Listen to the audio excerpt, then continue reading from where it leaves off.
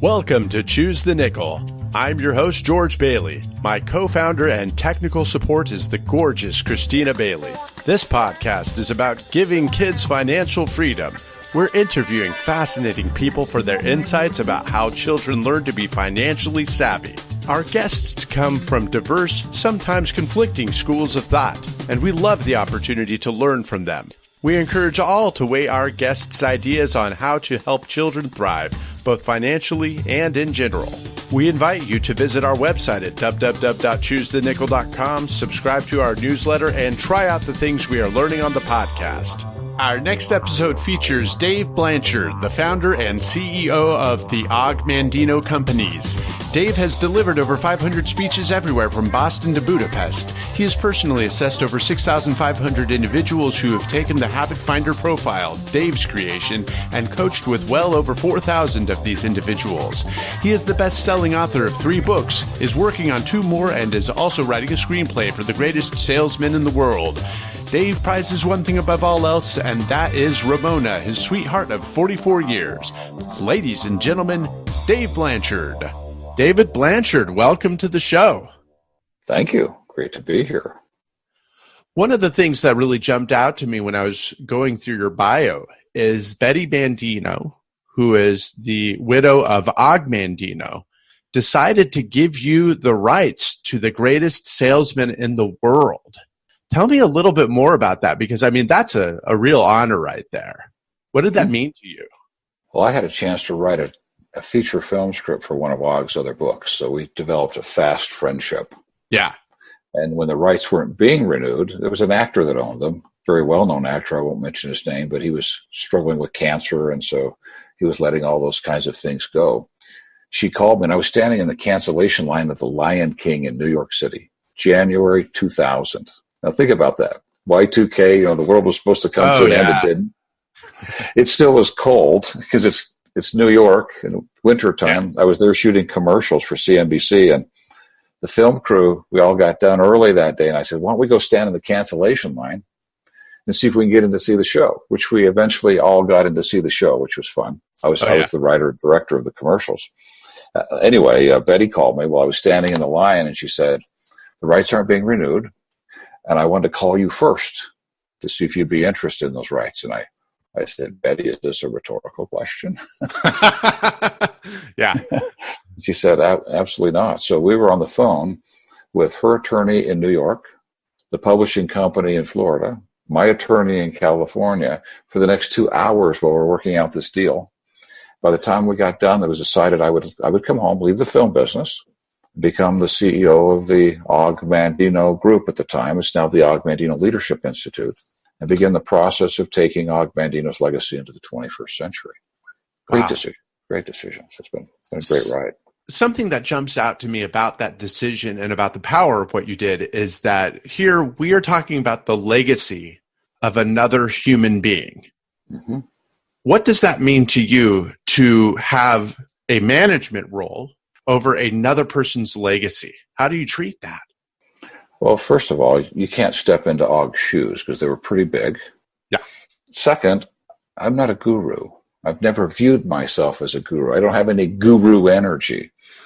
But I am the developer of all of the assessment tools. I've written 3 books now. I've written all the practicums. But it's in Og's name because it's not about me. Matter of fact, the last book I wrote is written by the Og Mandino Leadership Institute. It's not about me. It's not about any one of our coaches. It's about teaching principles that change lives. And that's what Og was all about. Identifying and changing habits that are getting in the way of success. Do you feel in any sense that Og became a type of mentor for you? Oh, I could tell you the day. Oh, yeah? I was in the middle of a very dark night. The real estate market had collapsed in Southern California. I owed $1 million. I was the corporate guarantor of all the lines of credit. And I decided to leave the construction business and to start writing and directing TV commercials, something I'd been doing as an avocation. I had a program that was on every military base in the world about child abuse, and every DOD school system worldwide, and 30,000 schools in Canada, United States, New Zealand, Australia. I said, this probably would be a fun thing to do for a living. to actually be in the film business. Well, I was writing and directing and editing a commercial on a daily basis. I mean, I was sleeping 4 hours a night, maybe, because I had $1 million to pay back, right? So we just took everything we could get for the next few years. And it's in the middle of that dark. It's almost hopeless sometimes. I was introduced to the greatest salesman in the world. Wow. I can tell you the first time I opened the book and started to read it, my first reaction, George, was this. Ooh, Og had the same teacher. He had the same teacher. So we know those scrolls all came in one night, all 10 of them. He wrote the beginning of the book, the end of the book, but those scrolls all came in one massive download. That's why he had a hard time promoting it, because he wasn't the guru type either. He was about principles and changing lives. So when you understand that process, he had the same teacher. I understood his words. It was like, I wrote one time, it was like putting on one of your favorite old pairs of shoes. It's just so comfortable. Oh, yeah. Like I'd known him forever. It was the first time I met him. I could hear his voice, and I knew him. Sadly, he had died the year before. First of all, I really appreciate your willingness to share that, because I know that that's a very personal story. But what's telling to me is that we can be spoken to through books, that we can really feel the impact of the message that somebody is trying to share with us. And as you said, if we are all on a road to doing good and striving to do good and doing the right thing, whether that's providing for our family or just doing the right thing in business, that we will find that we are being taught by similar principles, that there's something that really unites. I love that about doing business. Well, you're in that business teaching kids financial freedom. I mean, you're doing something that's valuable. So, George, when I read any book, I read it exactly the same way. My first question is, do they have the same teacher? Occasionally I'll pick up a book and I'll say, no, they're teaching an incorrect principle. They're teaching something that will actually harm people's lives. I know now, I've done 100,000 assessments. We've measured how people think. We see the patterns in the process, especially entrepreneurial people.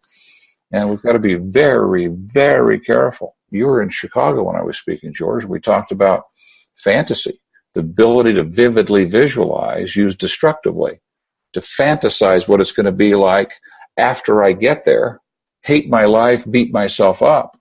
That pattern's being played out throughout this entire nation. And people teach people, if you'll just visualize with enough intention, they'll somehow magically manifest, as if there's a fantasy fairy out there somewhere that's just touching people and giving them stuff. It doesn't work that way. We vividly visualize. We get inspired ideas. They ignite passion. Passion drives action.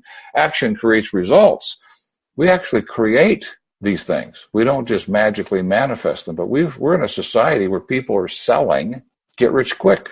Yeah. Feel good about yourself right now without having done any of the work to do so. Yeah, that's very powerful. Now, I want to go back a little bit to your childhood and unpack maybe some of the influences that would have led you down this path where you decided, I want to do good, I want to do right in business. Where do you think that those powerful ideas originated in your childhood, whether through a specific experience or through a series of experiences? Well, I just go through several of them. Care and keeping of a pedophile aged 3 through 5. That was more about recovery. Yeah, no, I get that. And being able to take that experience and engrave it in my heart and use it, not as a burden to me, but to bless other people's lives, to listen differently, to hear things other people may not hear, see things other people may not see, ask questions other people may not ask. So it was a painful experience, but it was one that has shaped me to protect people from those kinds of things. I mentioned to you a film on child abuse prevention. Yeah.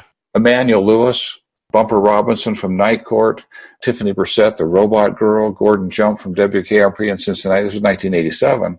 They were all the people I brought together to create a 3-part series on child abuse prevention, because I was so committed to saving people from this challenge and helping them get help as quickly as possible. That 3-part series I shared with you is in 30,000 school districts in the U.S., Canada, New Zealand, and Australia. We wanted to make an impact on the world. Well, that experience as a child helped drive that passion and the $500,000 that it took to create that.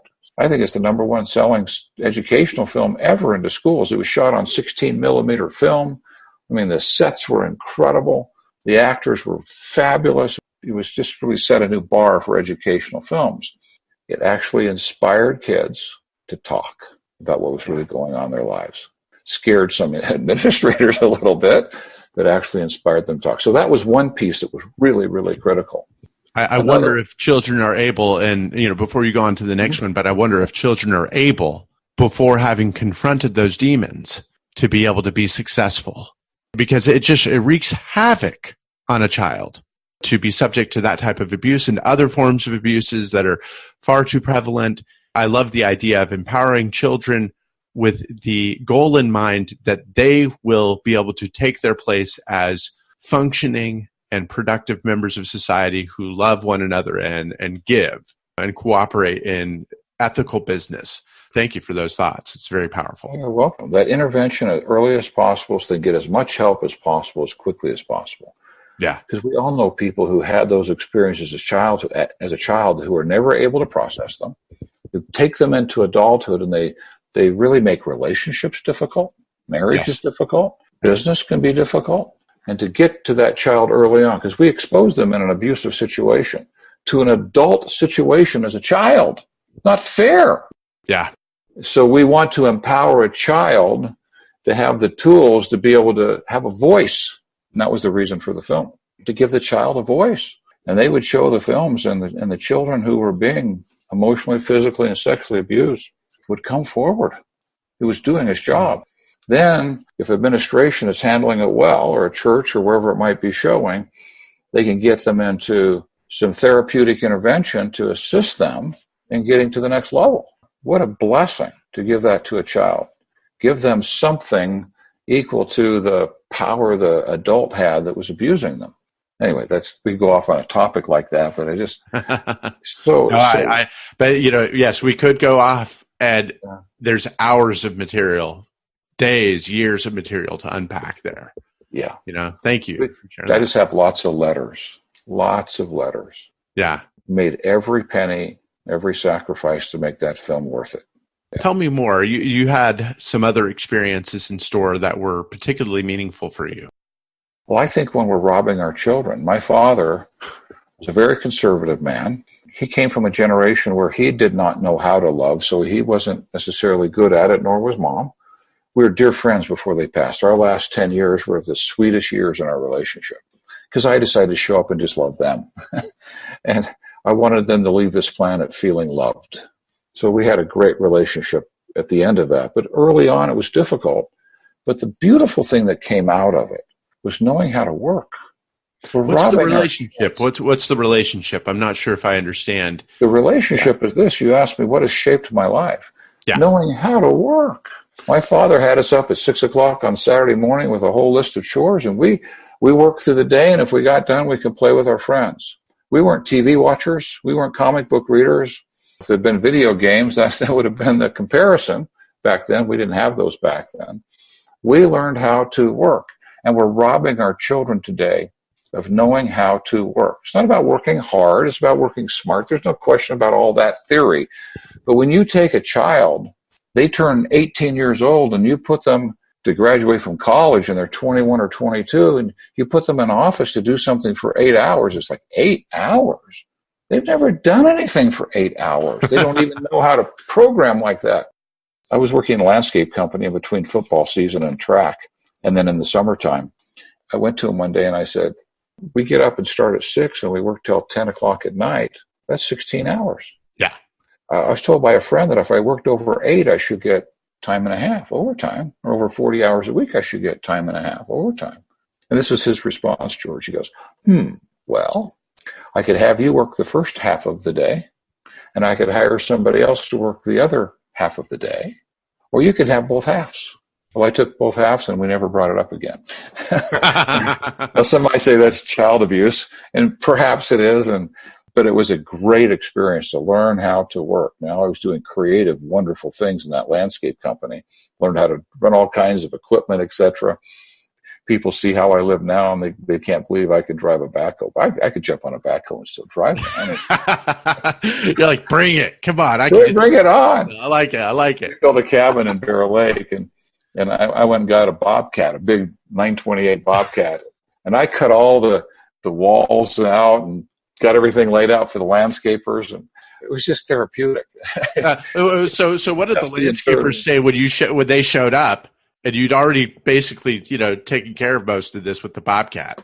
So here's your layout. I didn't hire them till I was done because I wanted it to look a certain way, and I got it just like that. Then I turned it over to them to do the rock work and the sod and sprinkler systems, etc. But anyway, those are really important pieces. On the note of teaching kids to work hard and robbing them through not teaching them to work hard, I just read this headline in Business Insider this morning. You're going to cringe, but here we go. Okay, I want to just get your reaction. Forget teaching second languages. Wealthy New Yorkers now want their kids' nannies to do their hair, drive Zambonis, and give them massages. They have no idea what they're creating. I was stunned. There is this kind of trend that I've seen of the super parenting, and not in the sense of the values that you teach, but in the commodities that you provide. Good parenting is now defined as, I give my children this and this. And it was shocking to read that headline. It runs so thoroughly against what you were just saying. Well, we lived in a neighborhood where everybody's 16-year-old drove a brand new car. Yeah. Mine did not. Mine drove one they could afford to pay for. Yeah. And I would help. My discussion with the children, you make school your job. You get your great grades. I'll help support you. I'm not going to support you with a brand new Lexus. It might be a 6-year-old Honda, but you'll have transportation and it will be safe and I'll cover the insurance. And I had one child, that I'd give him $20 to go on a date and he'd bring me $8 and change. I'd have another one, I'd give him $20 to go on a date and he'd come back owing somebody $12 and I needed $12 more. Every child is different, but teaching them to be accountable, responsible, let them have some pain. They need to have those experiences. That's what developed our character. Yeah. Our characters developed out of those experiences. Let us not rob our children of the very things that helped us create who we are, what we are. We drive a certain kind of car, right? Because we want the neighbors to see it. Now we have to have our kids drive a certain car because they see them too. So our kids become a pawn in the materialistic game of who's got the most. And it's the school they go to, it's the car they drive, it's the clothes they wear, it's the vacations they take. Tremendous pressure. Oh, yeah. And the kids, I see them all the time. They get to 23 years of age and they step out into the world and they still need dad to pay the rent. Yeah. They don't know how to earn money. And it's funny because I think to myself, is driving a used car that bad? I drive 2 used cars, and I function and I'm happy. And I drove, when I was a kid, I remember I drove and I'd be interested in hearing what you drove. I drove a minivan, a Dodge Caravan, and it was big and oversized for my purposes and embarrassing and all of that. What did you drive when you were a kid? When I was a kid, I had a 62 Corvair that I rebuilt the motor. I had a 48 Ford, I rebuilt the motor. And then I had a 62 Corvette. That was in 1971. Well, that ain't so bad. I paid $800 for it. We're thinking about, wow, if I'd have kept that, it'd be worth $60 as a piece of junk today. Yeah. I paid $800 for it and it had a broken piece of fiberglass on a wheel well, which I repaired. Oh, wow. I am a car guy, though. You are a car guy, though. Hey, I can't blame you there. I love cars, and I see them drive by. I'm like, I'm grateful that I was not given that right away. And it sounds like you weren't either. Oh, not at all. Earned everything. And when you go get an exotic, I've got an exotic. Yeah.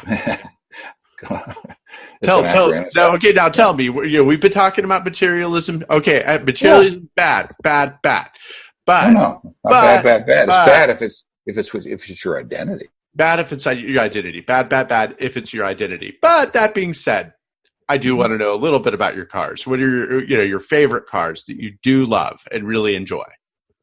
Well, I thought it would be a Ferrari till I owned one.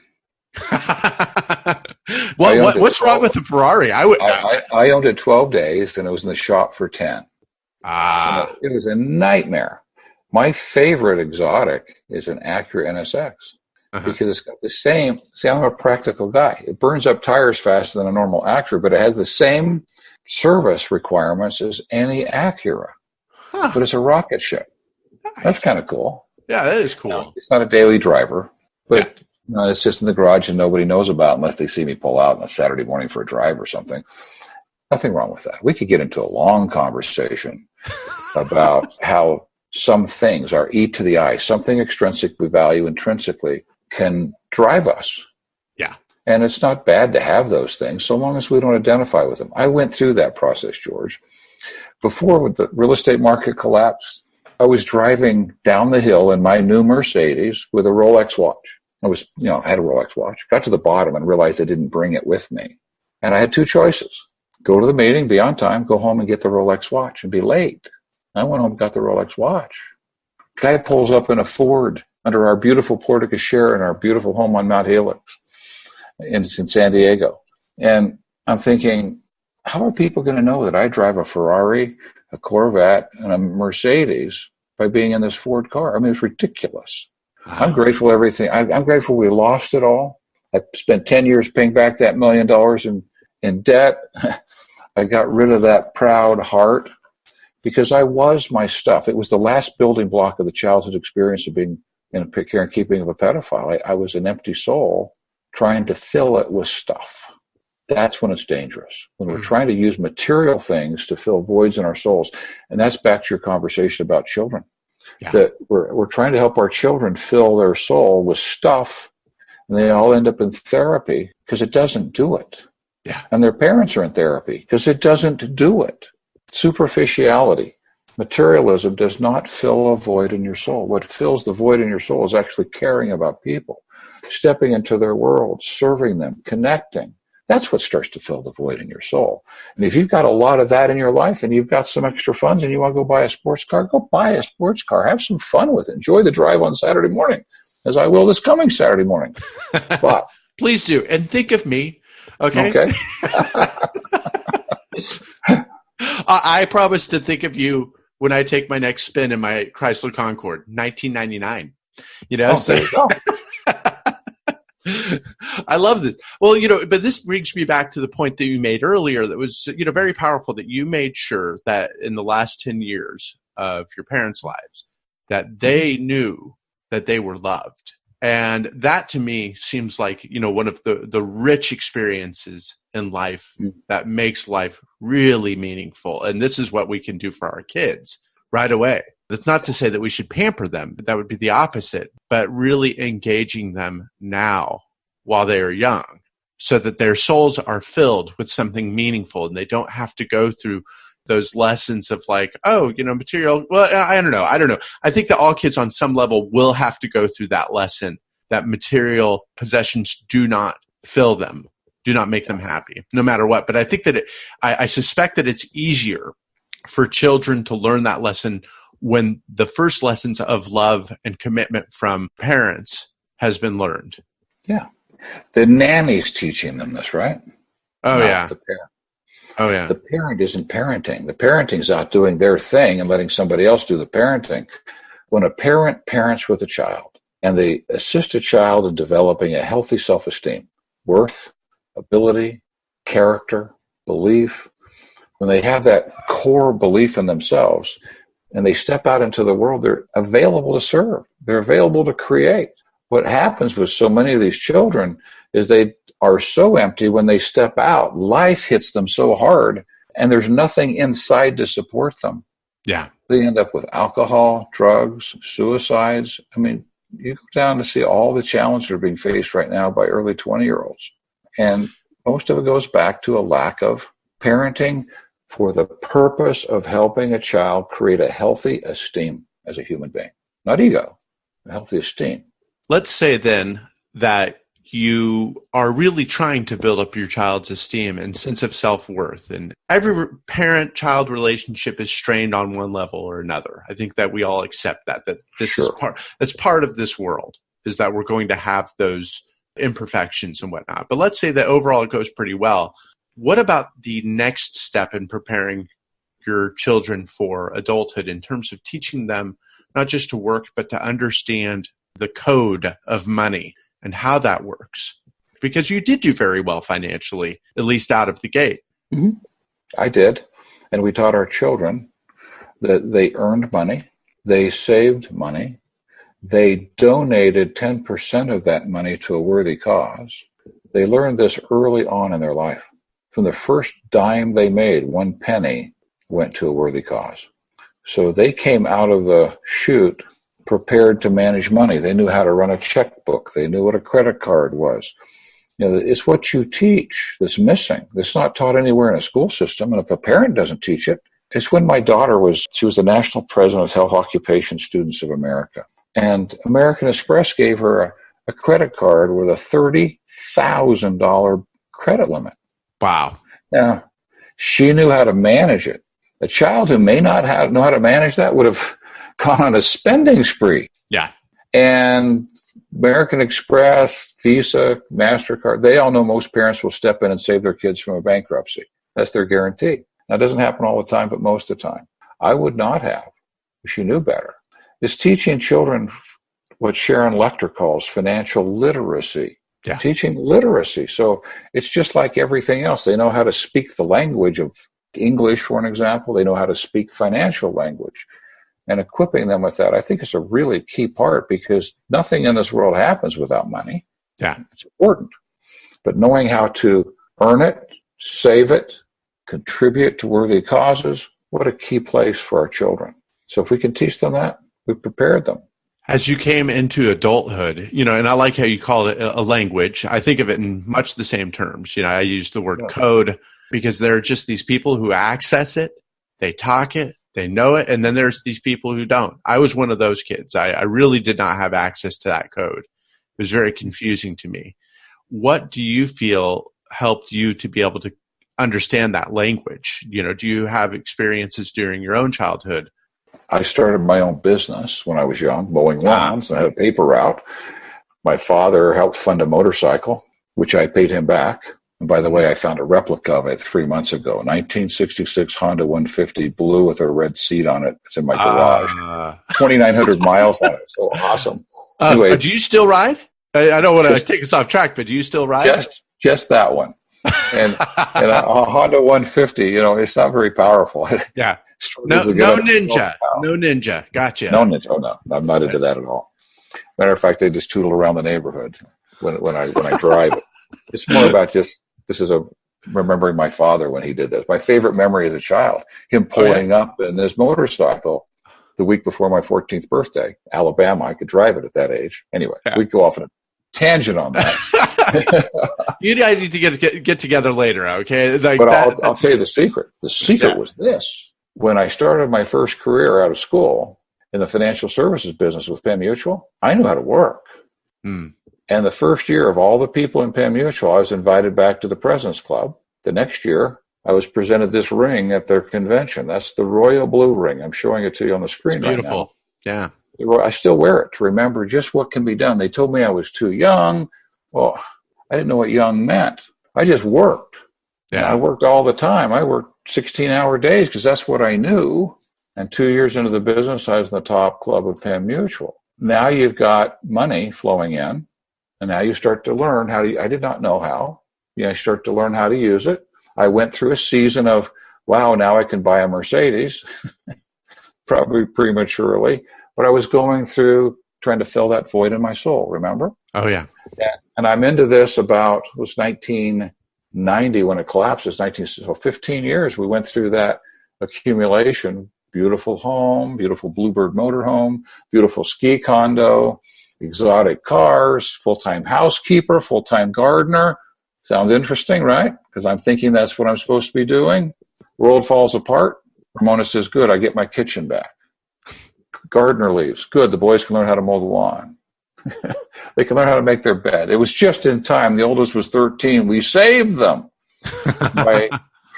by losing everything and teaching them how to take care of those things. Learn how to do a batch of laundry and iron a shirt and make a bed and do some basics. Well, I find that more valuable than that money is the mentality. And mentality is very powerful. My last question, and that is that you talked about how you have taught your children to give a portion of what they earn to a charitable cause, to a worthy cause. And if you could name for me that charitable cause that you care about the most right now. What is that cause? It was their church. Yeah. And is that still the same for you? Yeah. Tell me more. I have charitable causes beyond my church. Yeah. And they're generally in the area of child abuse prevention, because that's dear to my heart. Child help, for an example, people like that. I don't talk about those donations, but 10% of the income comes off the top every month to my church. Gotcha. Now, somebody may not believe in God, and that's okay. I've just found that by giving to a place where 100% of every dollar goes to do something powerful and important, I give every month to an organization that feeds the poor. But I know that every penny goes to the poor. There's no administrative costs at all in that organization. And so nobody goes hungry. I don't mind contributing to that. That's a great place to contribute. The plan is this, overall, to discover what your enough is. What's your enough? Because if somebody doesn't know they're enough, there's never enough. Yes. Once you know what your enough is, you take 10% of your income and you contribute it. That's 10%, right? When you reach your enough, you always do that. No matter where your income level is, you always give 10%. It's called a tithe. Yeah. And when you do that, it just keeps you connected with other people, other people's challenges, the pain other people are going through. It helps you feel like you're contributing to the world. You're putting a footprint on the planet. Now you get to a point that the 90% that's left over covers your enough. What do you get to do with the next dollar? Turns into 80-20, 70-30, 60-40, 50-50. Because you know you're enough. You don't need any more. Yeah. Most people don't know they're enough. So they just keep getting more and more stuff. Their income goes up. They may not even give. Well, but if they give 10%, they still want more and more and more and more. They don't know what their enough is. Yeah. Well, I can tell you that it seems like it would be just a big rabbit hole, because it's always in pursuit of more. As you were saying, more and more and more. I don't think that I've really thought of what my enough is. I love that advice, because I think that that's one that I can take to heart right now. I'm pretty sure I'm not close to that number. And I'm not talking about in terms of materialism. I'm just talking about my wife and I are young. We've got a couple startup businesses, and we are feeling the burn of making sure that we're making it through from day to day. So I don't feel, materialistic in saying I know that we have not reached our enough. But that being said, I'll take to heart that challenge to define my enough. Mm-hmm. And I don't think that it's something that we need to share with other people, but we need to be able to know it for ourselves. And it's different for everyone. Oh, yeah. Yeah. It's different for everyone. My neighbor takes 42 family members on an exotic vacation every year for 2 weeks. They just got back from China. It's $250,000 vacation. So that's part of his enough. It's not what it is. It's that it's enough. And you know that everything above that can go somewhere else. That way you can finally get out of a financial prison where you're working to pay the monthly nut, and you get into financial freedom, then financial independence, then financial significance. But you do so by knowing what the enough is. Yeah, I completely agree with that. Actually, I just read another article that talks about that particular enough, and there have been studies that show that for a lot of people, they really don't need that much. That number, that enough, gets higher as you progress up how developed the country is, interestingly enough. And I'm not sure why that is, but it's good to know. Dave Blanchard, I have really enjoyed having you on the show, and I hope to talk with you again in the future. Thank you for all of your wonderful thoughts, and thank you for donating your time. You're welcome, and thank you for the good work you do. Everybody else, thank you for listening. We hope you enjoyed the interview and found useful ideas about things you can do with your kids. Be sure to check the show notes at www.choosethenickel.com for links to names, books, and other resources we discussed in today's show. Also, please subscribe to our newsletter and visit our contact page where you can give us feedback. You can subscribe to the podcast on iTunes, SoundCloud, Stitcher, and YouTube, and you can follow Choose the Nickel on Facebook, Twitter, and LinkedIn. We invite you to share Choose the Nickel with your friends and join us in our quest to teach kids financial freedom.